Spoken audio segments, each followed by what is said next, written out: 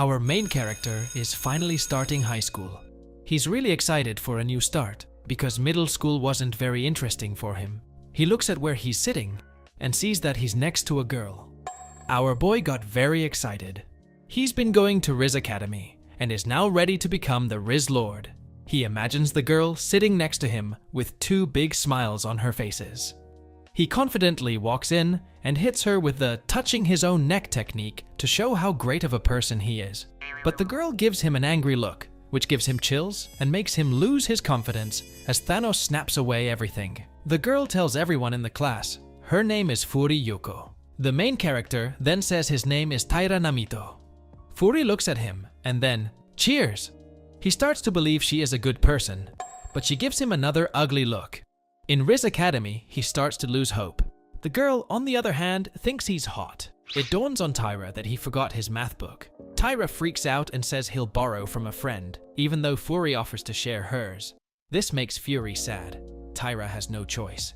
The teacher then stares at Furi because she is such a danger to society that the teacher has to pay extra attention to her all the time. Taira hits Furi by mistake while she is writing. It scares him, but Furi doesn't say anything and turns red. This is even seen by the teacher.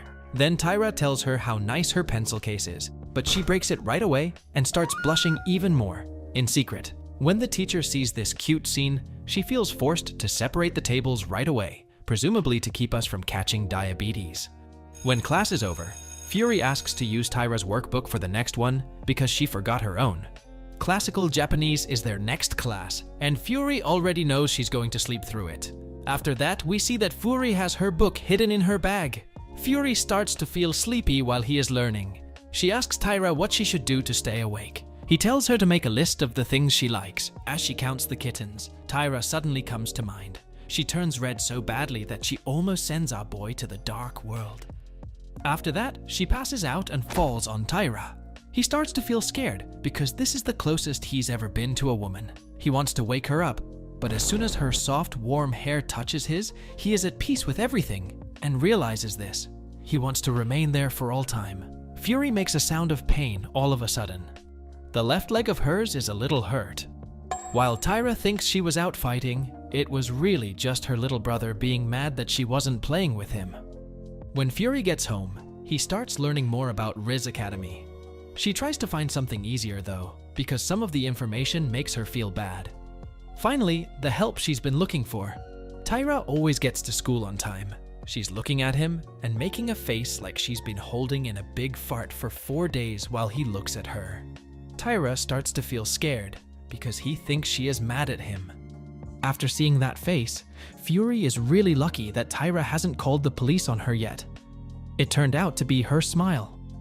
After what she did, she should never touch the fire again, so someone needs to keep a close eye on her. But when Furi gets home, her sister asks her why she's smiling. Did something good happen? She says yes because she thinks Taira's smile makes her melt, and now he's crazy about her. The truth is that Taira thinks she hates him. When they get back to class, the teacher tells them they need to pick who will be on their committee. Taira doesn't want to be the class representative. His hand goes up right away when the teacher asks if anyone wants to be on library duty. This makes Furi raise her hand too. When Taira sees this, he quickly puts his hand down, and she does the same. Taira starts to sweat because he is avoiding her like the plague. But it's impossible, just like when I try to avoid YouTube's demonetization team. The teacher had enough of Furi raising her hand at the same time Taira raised his, so she made them both speak for the class. Taira asks the teacher if Furi should be the class representative. He believes she is about to start a gang war with them. The teacher is cool with it though, and asks her if she's okay with Taira being the class rep. She smiled and said, "I got this, family. Don't worry." The teacher sends them to the front and tells them to pick any other reps they want. Taira tells her to begin, because he isn't good at it. "Yeah, don't worry," Furi said. "I'm going to put on my chef's hat right now and start cooking like James Martin." She forgot how to turn on the stove though, so they stood there quietly as if they were Sims. The girl asks, "What should I do in class?" A friend of Taira comes in and gives him a clean DVD. With one hand, Taira watched it. It starts to growl. Taira is shocked when she says that it's just a dull, pointless educational movie about animals, like Animal Planet but with people instead of animals, and just the mating scene shown. But Fury is really excited about the movie idea and wants to see it. Tyra starts to sweat and remembers that she likes cute things. So, he tells her that this episode is completely crazy and bloody because all kinds of animals are being hacked up and eaten. But everyone knows that only cats are being harmed and eaten. Fury lost her mind and she kept falling down all day. She was so tired that she was ready to give up and make bombs in the chemistry lab. It made Tyra feel really bad. So, the next day, he bought her a DVD with some cute sheep. He tells her that he found it by accident in his house and thought she might like it. She turns pink and thanks him. She then asks for his phone number, but she gets into a lot of problems and is known as a threat to society. It scares our boy that she'll make him into Bruno Mars and call him in a tough spot to catch a bomb. He then tells her he lost his phone. She did nothing but stare at him, then turned around and wrote something down. After that, she gives him a piece of paper with her phone number and email address on it. Tyra got lost and felt terrible that he didn't understand why she was asking for his contact information. Anyway, he goes back to Fury and tells her that he just magically got his phone out of his booty cheeks. If she wants, he can give her his number. Tyra gets a text message from Fury on his phone. However, the message tells him to turn around, so he doesn't do what she says. Just as he turns around, Fury pops her head out from behind a corner. "What is it?" Tyra asks. Fury doesn't say anything. She just wants to send him a message for fun. Well, I don't know what else is pure goodness and cuteness if this. Here at home, Tyra is not sure if he should send her a message. At the same time, Fury is wondering if Tyra will text her. But in the end, Tyra's Riz isn't real, just like his love life. So he didn't text her and went to sleep, leaving Fury to wait for his message that never came. Tyra gets a mad look from Fury the next day. He doesn't know what's wrong because he didn't do anything, but that's the problem. The next day, Tyra sees Fury with some people who are praying for their lives as they walk to school. He gets scared because he thinks she gave them wedgies, hung them by their legs, and shook their money out like they were in a cartoon. He sneaks away because he thinks she is scary. She was really helping them because they were being robbed. In their cooking class, they were told to make curry. The two of them are in the same group. She didn't want to cook at first, but Tyra asked her to. She puts on her chef's hat and starts right away. They see right away that Fury is very good at using her hands because of how well she peels the potatoes. On Tyra's tray, things are looking pretty bad right now. When they're done cooking, Tyra feels terrible because Fury has so many veggies that aren't cut right. But Fury is thrilled to taste those greens that Tyra cut up. Some people are flirting with each other in class and Tyra is mad that they're doing it. But I'm more mad because the same thing could happen to him if his brain wasn't so good at picking up on hints.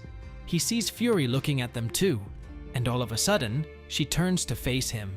He tries to figure out what her face means and thinks she's telling him to go buy bread. Her real wish was to do what they were doing with him. Tyra leaves the classroom quickly. When Fury saw this, her face lit up and she moved after him. At the bread machine, she said she would get the same thing he was getting. Her spidey senses start to tingle, and she sees two students trying to take something from Tyra's back pocket. So she scares them away with her alpha energy. At the same time, Tyra has no idea what's going on. Bro says sorry to her because he thinks he did something wrong. Then the bell rings, and PE is their next class. Tyra tells them to change and go back. Tyra tells Fury that they'll come back another time when Fury asks about the bread. This man is trying with all of his brain and body cells to stay away from relationships at all costs. She clicks her tongue because she forgot to give him his bread. They made it to PE. There is basketball for the guys and tennis for the girls. Because they go to the same school, our boy gets to see Fury. What? You can't possibly be telling me she's in high school because those curves are crazy. People say that having thick legs can save your life. Once Tyra starts to play, he has to do some silly moves. After a moment, he sees Fury looking right at him. He thinks she probably sees the whole show now, not just him as a clown. But she only wants to protect him because she thinks he's very stupid. While Fury is playing volleyball, she's making some really cool moves. Tyra also knows she's pretty good, of course. I'm really impressed by how he can focus on the ball instead of other round things, since Tyra is looking at her from behind. Right away, the ball flies at him, but Fury steps in and stops it like a pro. Then she turns around and asks, "Are you ladies okay?" The class is over. Both Tyra and Fury are keeping the gear. He tells her how good she is at volleyball and how he must have looked like a fool because he's not good at sports. He says he'll keep trying to get better, though. Yet, Fury tells him that it doesn't matter, because nobody is perfect at everything. If you like her, you should know that she's good at sports, but not very smart when it comes to learning. She tells him not to worry about it because everyone is good at different things. Tyra thanks her after hearing all of this. The teacher sees Fury giving off a huge focus aura, as if she were cooking up a new delicious recipe that will make Walter White lose his job. She is shocked to see her careful notes, like Yagami Light writing down names in his death note. As soon as she looks at her, she realizes that Fury is doing everything but learning in her other class. She has to join a club because that's what the school says. So the teacher walks up to her and tells her. Since she's good at sports, Tyra suggests that she join the club. But she says it's too much trouble since she has to watch her brothers at home. That girl's teacher tells her to join the club Tyra is in because it's fun and kind of like a fan club. Fury then says yes. The room had a sign that said Manga and Anime Fan Club, and they went in. She takes a big breath because she's pretty sure it smells bad inside. But Tyra gets really close to her to protect the otaku gang. She tells her that sometimes they take showers, which is totally cool. Fury says sorry and turns red because he got too close to her. When they walk into the room, they see Ukuta Takuo, who is a big nerd in both mind and body. He tells them to be quiet because it's time to enjoy the figurines. When Tyra presents Fury to him, he is a little wary of her because she is a well-known bad girl. To be a real fan, Ukuta tells her, "Madam, I love 2D girls. If you don't like anime, please leave this place."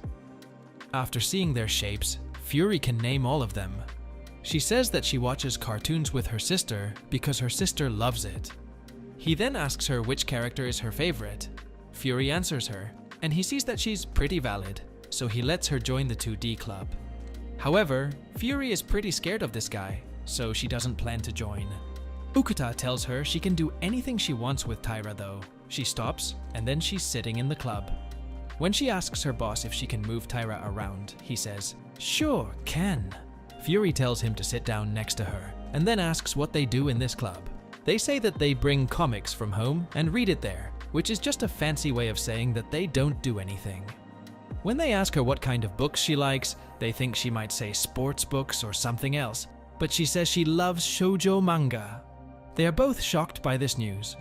Ukuta says one of their next plans is to do costumes. She gets up right away and is about to leave the club, but the guy tells her not to go. He then knows that if he doesn't stop being stupid, she's going to make him a nice knuckle sandwich. She tells him that she won't judge his interests or anything, but he shouldn't force it on her. She says she might not fully understand otaku just yet, but one day it would be nice to, even if it means understanding their strange habits, like not believing in showering and other things. Tyra tries to tell her how nice she is, but she yells at him and blushes as she tries to think of something to say. When Ukuta sees this, he tells her that he fully backs Fury. When Tyra hears this, she gives him a scary look and tells him not to cook ever again. Fury says she's leaving because it's getting late, but before she goes, Ukuta gives her a piece of paper with pictures of maid outfits on it. She is about to knock him out, but he tells her that Tyra told him the other day that whenever he sees a maid outfit, he just can't hold it in and splatters all over the place like a yogurt machine. When Fury hears this, she takes the paper and says she'll look it over just once in class. At the same time that Fury writes her name, she also writes Tyra's last name. After that, she starts to blush at what she did. Today, we see Maeda Keihu. She's been stressed out because she has to sit next to Fury. She sees Fury smiling in a creepy way and thinks she's watching something scary, like a gory movie or a live-action anime show. But she's really just watching some cute cat videos, which was very popular on YouTube in 2012. It's then that she finds out Tyra has been hanging out with Fury. She freaks out because she thinks she's threatening to make our boy her slave and demand money from him. The thought of it scared Maeda so much that she wants to stay away from her at all costs. But all of a sudden, she dropped her eraser and Fury stepped on it by mistake. She says she's sorry and picks it up again. Since she got her eraser dirty, she even suggests that they trade erasers. Maida is shocked by what's going on and wants to believe that Fury is nicer than she seems. Fury then shows up and asks for her eraser back. When Maida gives it back to her, the eraser cover falls off by mistake. They are in a frozen place, and Maida asks Tyra if she likes her. When Fury starts to blush, Maida also starts to blush because Fury is so cute. She told her she would cheer for her. He smiled and said, "Thank you." All of a sudden, Maida starts crying because Fury is so good and cute. Fury gives her a napkin to dry her tears. Maida starts crying because she saw the cute cat on her paper. She starts crying more than you do after your first wet dream. She went to see the nurse because she was crying so hard. So Maida calls her Yuko-chan, but then she changes it to Yuko-san and blushes. Fury tells her to just call her by her first name. She came back when she felt better and hoped Tyra would stop ignoring all of her signs, like Toji not paying child support. When Tyra sees them being nice, she goes crazy because she thinks Fury is putting together a group of bad guys to be the Avengers. Our son forgot to bring his umbrella when it started to rain. When his friend asks if he wants to share an umbrella, Fury speaks up, holding an umbrella and tripping over her words like a child. Tyra didn't know what to do, so she yelled at him, "God damn it!" to get under her cover. Our boy has no choice but to do what she says because he is afraid of her. Fury told him she would send him home. Nothing was being said, so it got weird. Fury's body went into fight or flight mode all of a sudden when Tyra asked him to hold the umbrella because it was the least he could do. He should keep his crusty virgin hand off of her, she says. Plus, she's bigger, so she'll hold the umbrella. Tyra says sorry and feels like he ruined the scene for everyone. At the same time, Fury is blushing because she wants to touch his crusty hands. He starts to move away from her a bit because he's scared of her, but she moves her umbrella toward him, making it rain on her shoulder. Tyra then comes back in. When they get to Tyra's house, he gives her a towel because she got wet because of him. Yeah, she's wet because of him. She gets red in the face and says she doesn't need it. Tyra thanked her again, but she fell silent and looked at his home address. Then she makes a face as if she's planning something.